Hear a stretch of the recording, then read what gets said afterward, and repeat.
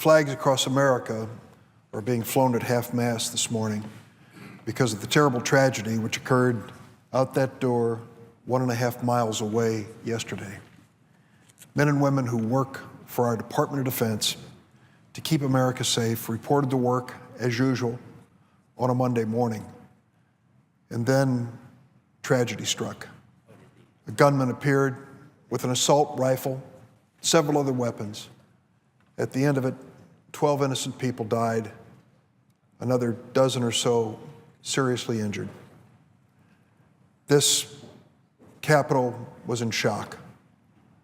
It was locked down at some point to ward off the possibility there were other shooters and more danger outside.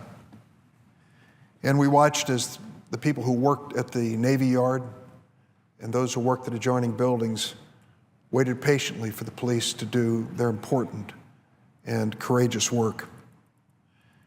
At the end of the day, they showed television footage of these employees being bussed away from the Navy Yard to a safe metro location to return home, all but 12 of them, who sadly lost their lives to this senseless gun tragedy. We read the papers this morning trying to understand what could possibly motivate a person to do this. And as we read the background of the shooter, it was clear there were moments in his life when he had used a firearm to shoot tires on a car that he thought shouldn't be parked in his driveway, and shoot a gun in his own apartment that went through the ceiling to an adjoining apartment. Those sorts of things might have been warning signals. Questions are raised. How could a man with that kind of a background end up getting the necessary security clearance for a military contractor to go into this Navy Yard, to be permitted to go into this Navy Yard? How did he get these weapons into this Navy Yard, an assault rifle and other firearms? Questions that still remain to be answered. God forbid we go on with business as usual today and not understand what happened yesterday.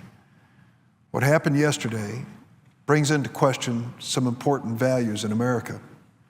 If we value our right for ourselves and our families and our children to be safe, if we value this Constitution, if we value the right of every American to enjoy their liberties with reasonable limitations, then we need to return to issues that are of importance.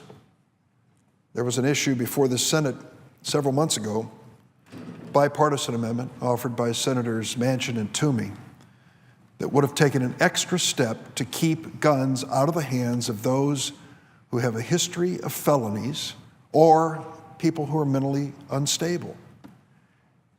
The vast majority of Americans think this is just common sense. We can protect the right of law-abiding citizens to use guns in a responsible, legal way for sporting and hunting and self-defense.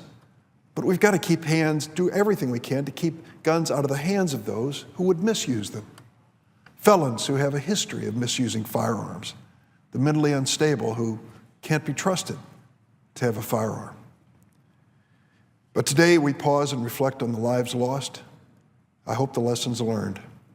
I had a hearing scheduled this morning before the Senate Judiciary Committee on a controversial issue involving firearms. In light of what had happened yesterday, in light of the uncertainty of our schedule today, I'm rescheduling that hearing. It's an important one, and I want to say to those who are following it that it will be rescheduled. But at this point in time, we have decided to postpone it for today until another day in the near future.